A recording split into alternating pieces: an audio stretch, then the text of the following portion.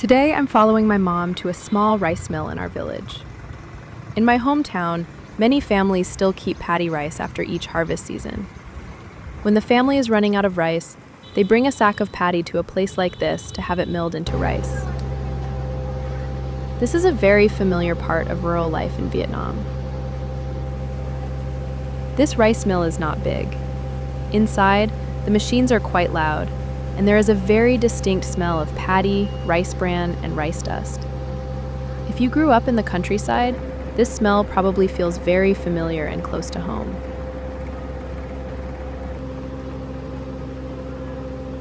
There are two main machines here. One machine is used to separate the rice grain from its outer husk. In other words, it separates the white rice, the husk, and the bran. This is the most important machine because it turns dried paddy into the rice we can bring home and cook.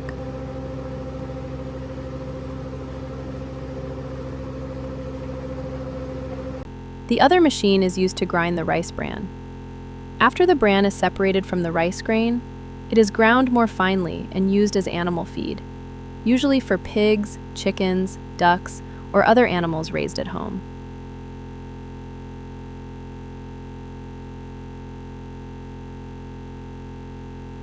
When my mom and I arrived, there was already another customer being served, so we waited for our turn. They were also a mother and child.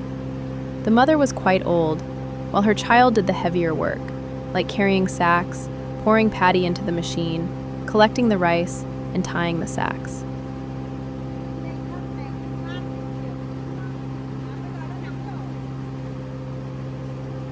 But I noticed that even though the mother was old, she didn't just stand still. She still helped her child hold the sacks, pick things up, check the rice, and move the lighter parts. This is a very familiar image in the countryside. Older people don't always rest in the way we might imagine. They still do whatever they can. They still support their children and grandchildren. They are used to keeping their hands busy. Maybe for them, doing something together with their children is also a way to feel that they are still useful in the family.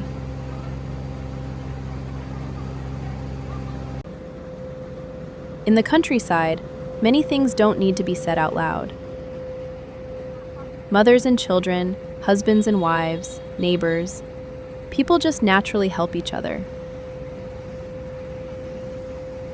One person holds the sack, another pours the paddy, another ties the string.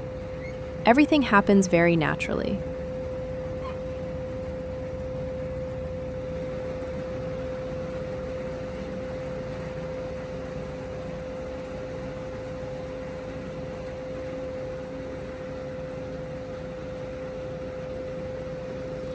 After the previous customer finished, it was finally our turn.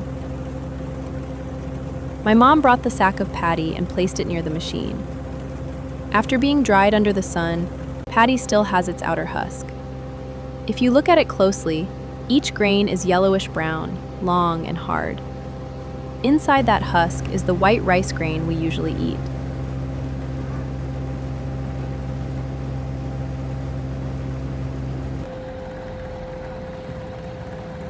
To get the rice grain, the paddy has to go through the rice milling machine. The way a rice milling machine works is actually quite easy to understand. When the paddy is poured into the top of the machine, it is taken into a milling chamber inside. In that chamber, the grains rub against each other and against the parts inside the machine.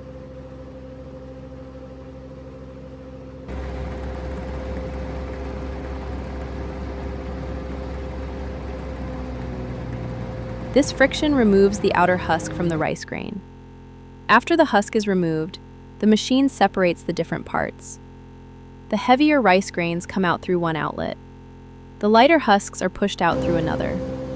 The bran, the very thin layer around the rice grain, is also separated during this process.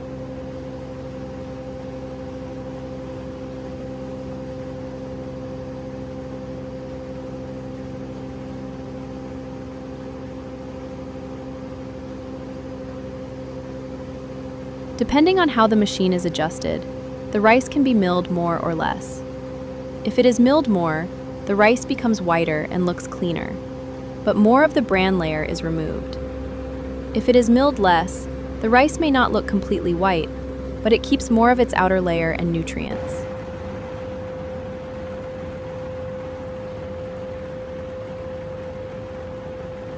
In Vietnam, many families are used to eating white rice, so paddy is often milled quite thoroughly. But older generations are also familiar with less polished rice, rice that looks slightly off-white, or even brown rice in some cases.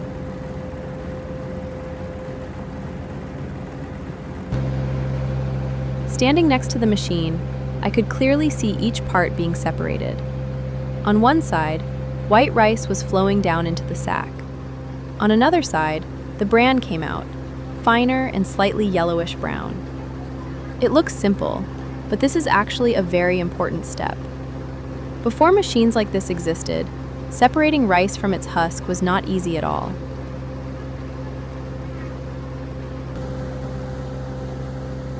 In the past, many families had to pound rice by hand using a mortar and pestle. They would put the paddy into a mortar and pound it again and again to loosen the outer husk. After that, they still had to winnow it, sift it, and use a flat bamboo tray to separate the husk from the rice. That work required a lot of physical strength, and it was often done by women in the family. Now, thanks to rice milling machines, this work is much faster. A sack of paddy only needs to go through the machine for a while, and then the family has rice to bring home. After the paddy is milled, the bran is kept and taken to another machine. This is the bran grinding machine. Rice bran is separated from the outer layer of the rice grain. It is not something to throw away.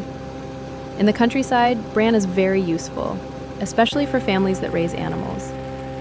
The bran grinding machine makes the bran, and any small pieces left from the milling process much finer. Once the bran is ground, people can mix it with vegetables, water plants, corn, sweet potatoes, or other food to feed pigs, chickens, and ducks. In many rural families, almost everything is used carefully. The rice grains are used to cook meals for people. The bran is used to feed animals.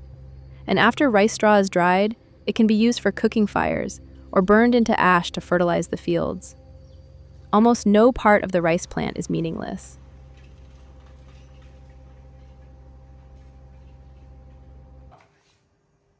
Our rice has been brought home.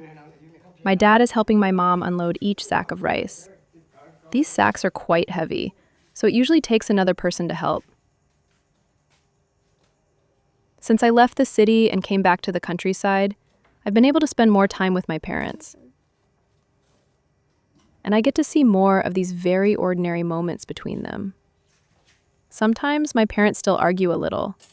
It can be because of something small in the house, a sentence, or something that doesn't really matter.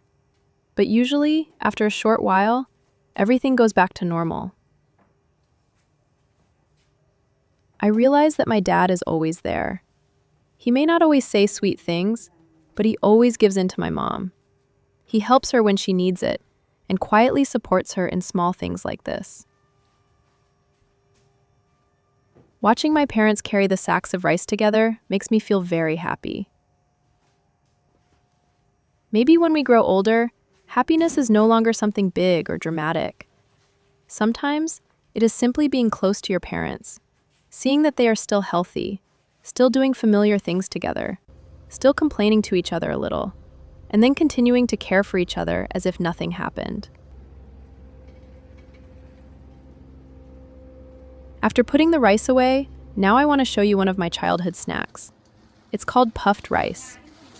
This snack is made from very simple ingredients like rice, mung beans, corn, peanuts, and a little sugar. There is nothing fancy about it. It doesn't come in beautiful packaging, and it is not an expensive treat.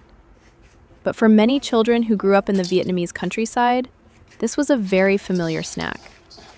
When I was little, we almost always had this at home. Sometimes my mom kept it in a big plastic bag, tied with a rubber band. Whenever I was hungry or wanted a snack, I would open the bag and take a little. Puffed rice is light, crispy, fragrant, and only slightly sweet. You eat one piece and then you want another. I think almost every child from the countryside in my generation knew this snack. In the past, children in rural areas didn't have as many snacks as they do now. There weren't many candies from supermarkets or colorful packaged snacks. Simple foods like puffed rice, boiled sweet potatoes, grilled corn, peanut candy, rice crackers, and traditional cakes were very ordinary, but they carried so many memories.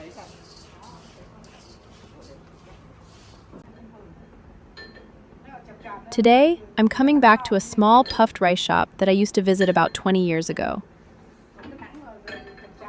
What surprised me is that almost everything still feels the same. The space still feels familiar. There is still the sound of the machines running, the sound of rice being poured in, the smell of hot roasted rice, sugar, peanuts, and freshly made puffed rice. Only a few new machines have been added, making the work faster and less tiring than before. And the owner of the shop almost doesn't seem to have aged at all. She is still youthful, beautiful, and cheerful, just like I remember. There are people you haven't seen for many years, but when you meet them again, they still feel so familiar. It feels as if a lot of time has passed, but some part of your childhood is still standing right there. Today, my mom brought rice, mung beans, and corn to make puffed rice. This is the same rice that was just milled earlier. Looking at it this way, I realize that from one sack of paddy, rice is not only used to cook daily meals, it can also become many other foods in everyday life. To make puffed rice, people first prepare the rice and other ingredients. They can add mung beans, corn, peanuts, or sesame seeds, depending on what each family likes. Then the ingredients are put into a machine to be heated and puffed. When I was little, every time someone in the village made puffed rice, children loved standing around to watch. We were curious, excited, and waiting for the moment when the puffed rice came out, so we could taste a little while it was still warm.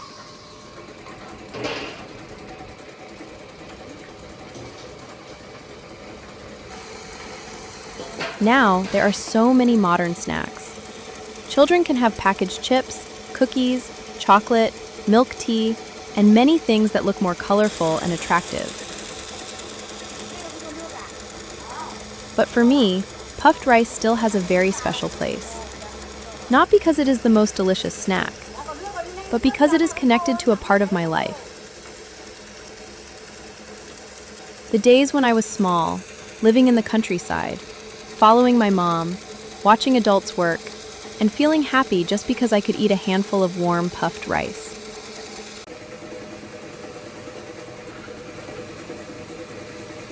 As we grow older, many things change very quickly. People change. Villages change. Small shops like this are not as common as before. Children today may no longer feel as excited about puffed rice as my generation once did. And maybe that is exactly why I want to record these moments even more.